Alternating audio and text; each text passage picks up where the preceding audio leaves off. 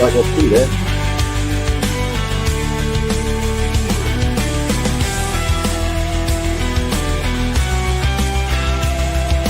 I'm not offbeat, you are.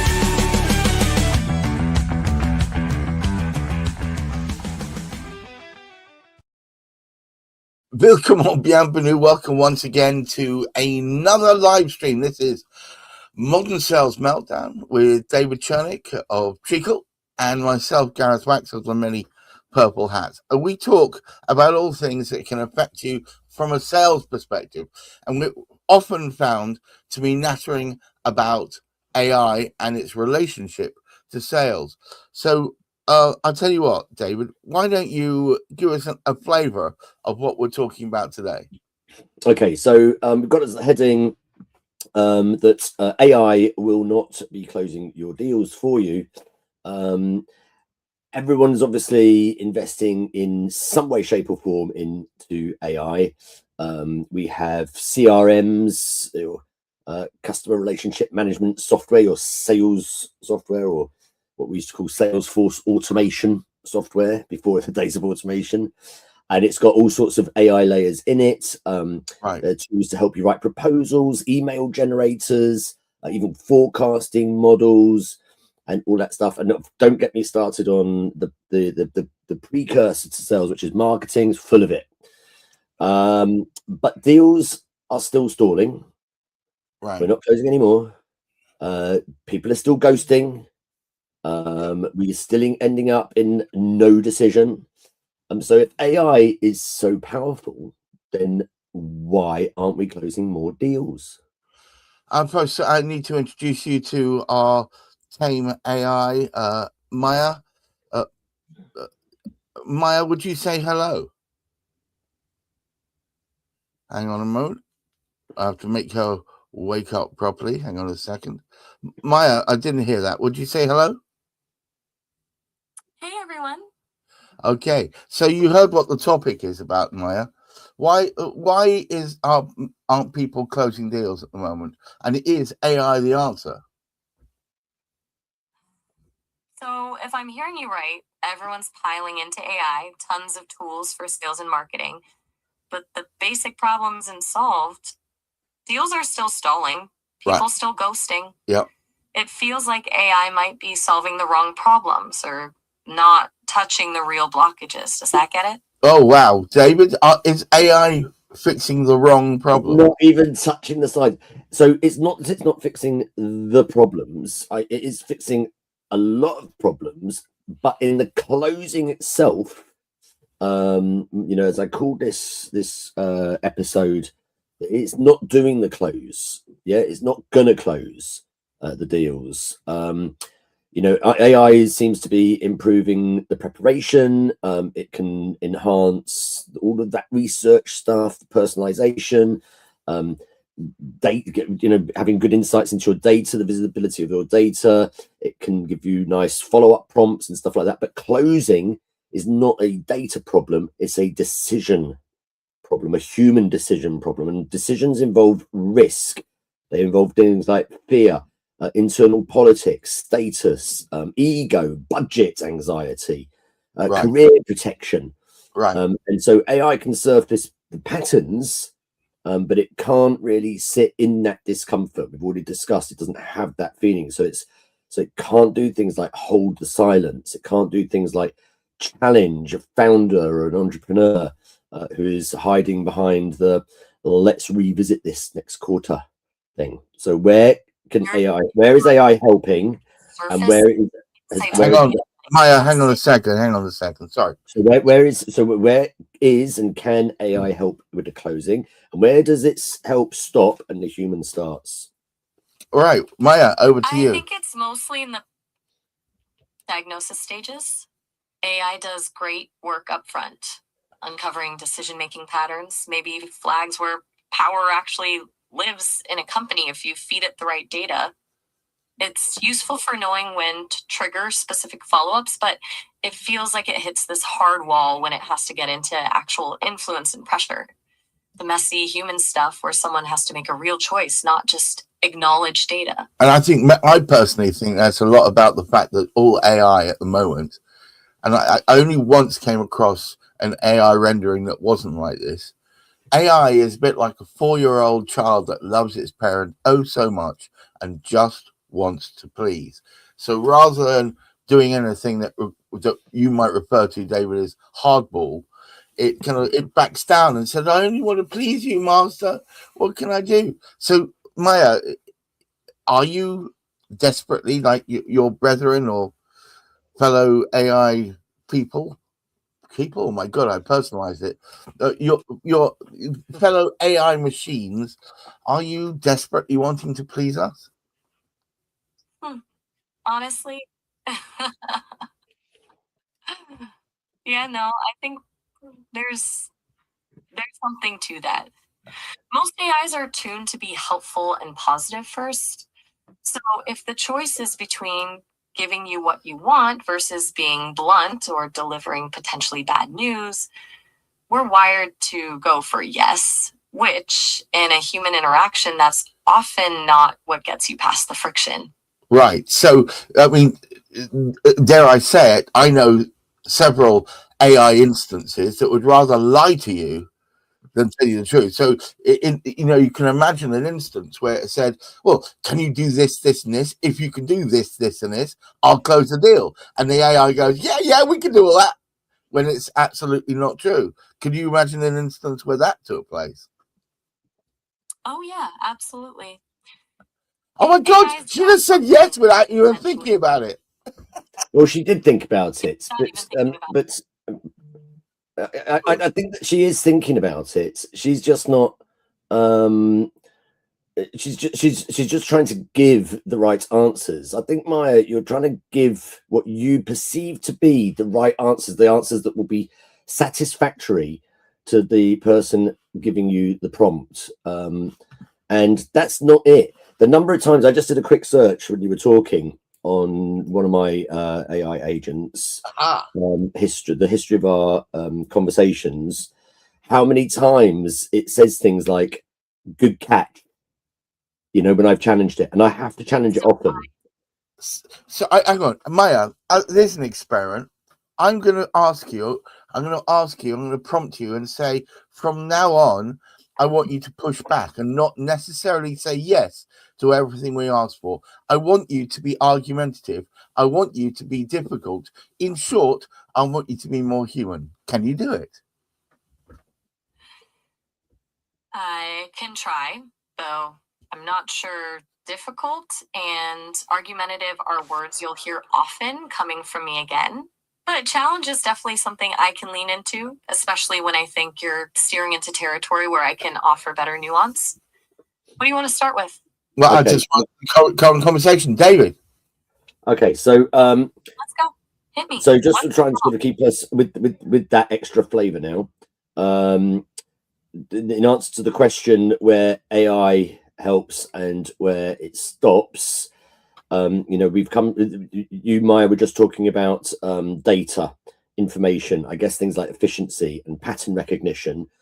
But I want to know how we feed AI the right data. So I'm feeding my agents certain data, but for a founder or a SME business owner watching this, when you say feed it the right data, what data can we be feeding it, and how physically do we do that? Do we just like upload a spreadsheet of our last year's sales figures, our number of opportunities, our leads, our closures, the money we generated, all that kind of stuff? You tell me. That sounds like what most people probably assume is the answer. Dump all your CRM data into AI. And here's where I'd push back. Is a spreadsheet really where the value is? That's rear view mirror stuff. What you really want to feed AI is the conversational context. Recordings of calls, transcripts of discovery sessions, follow-up emails, what actually happened, not just outcomes. That gives it the human texture that matters, whereas spreadsheets are just numbers. All right, so you want process. You want to see what actually happened, how it happened, and that whether you can see and grasp some heuristics through that to help predict how to act in future. Is that right? Well, that is the actual conversations, isn't it? As she just said, yeah. Okay, so that sounds all well and good. Say it again. Say it again. David? Okay. Oh, me too. Is it me? Right. Okay. So that sounds all well and good.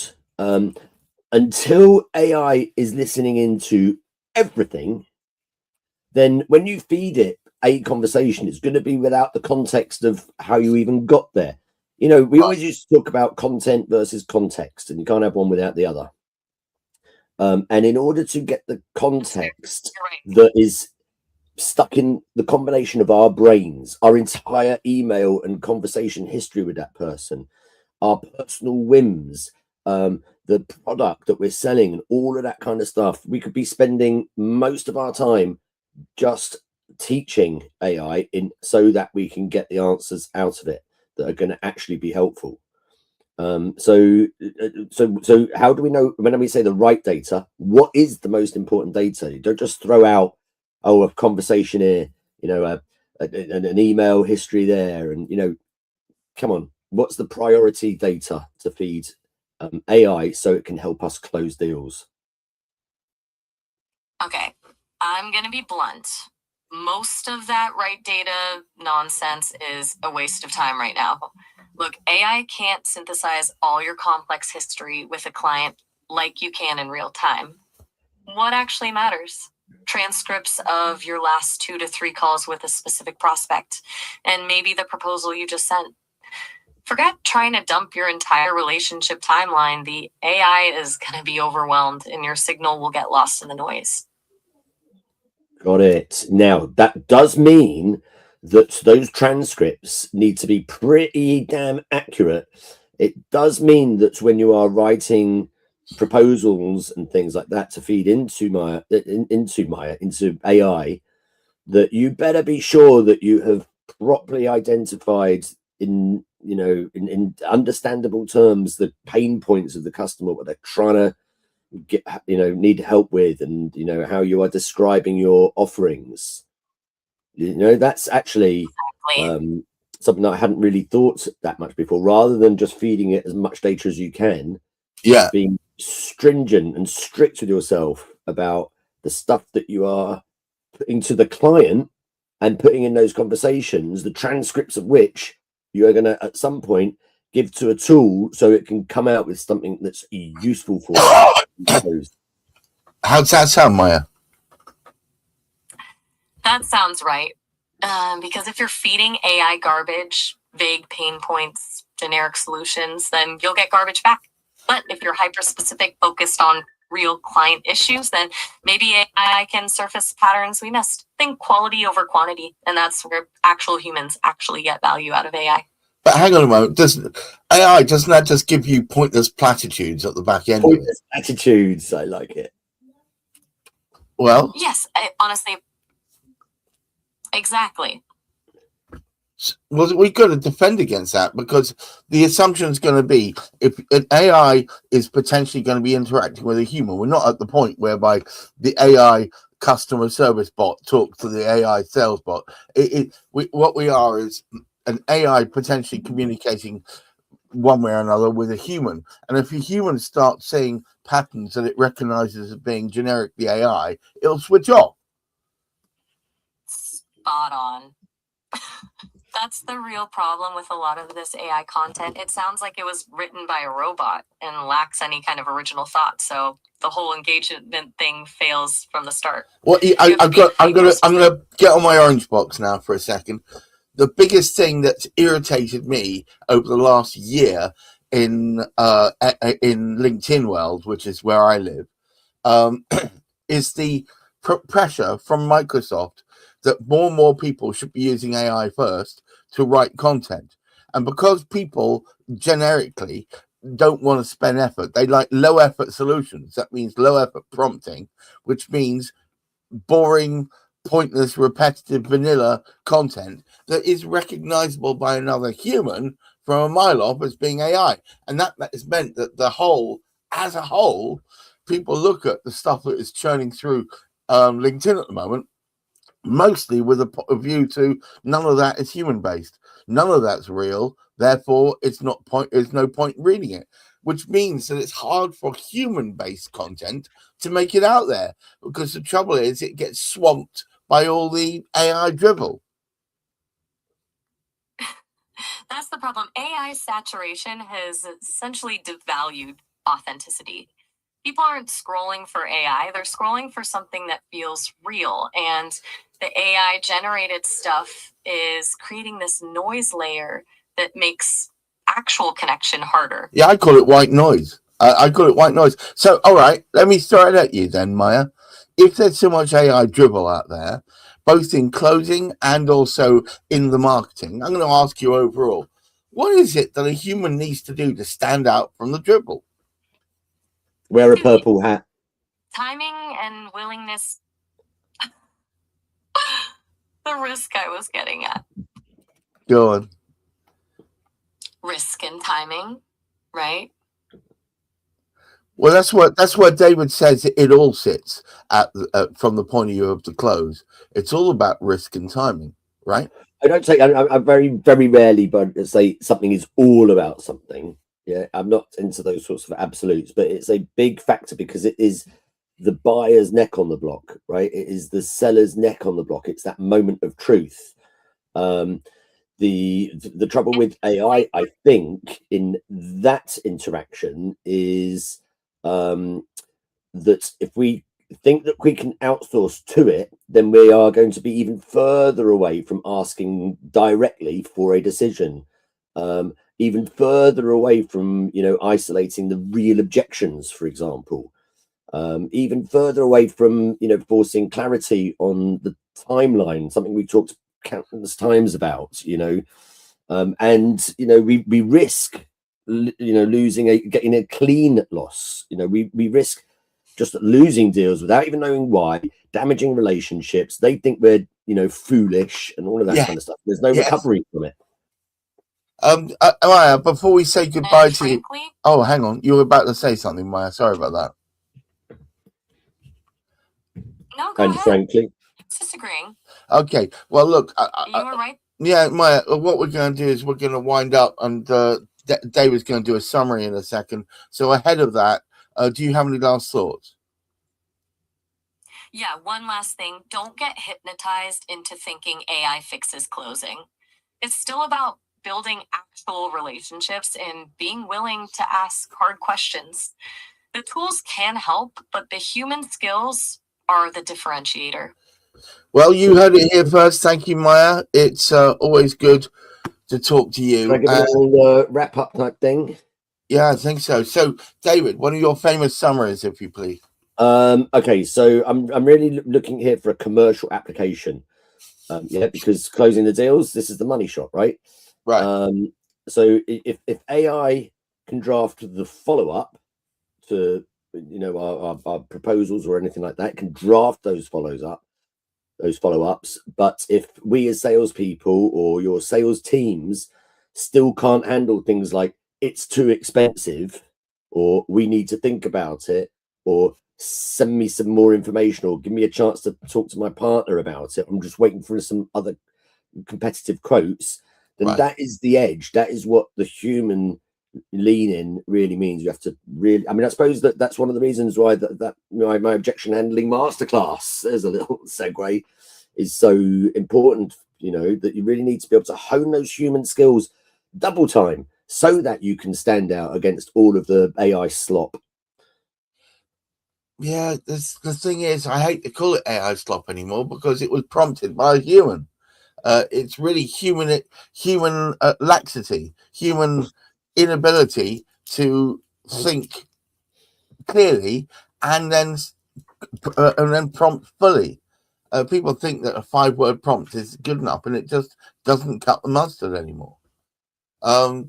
Once again, thank you very much, David, for bringing this excellent topic to. If you found this challenging, please, and you encounter David and myself, please come back to me. Give some pushback. Same way as I've been saying to Maya, give some pushback, damn it. But until next time, please keep your feet on the ground, keep reaching for the stars, and in these troubled times, look after your mental health. Take care. Bye-bye now.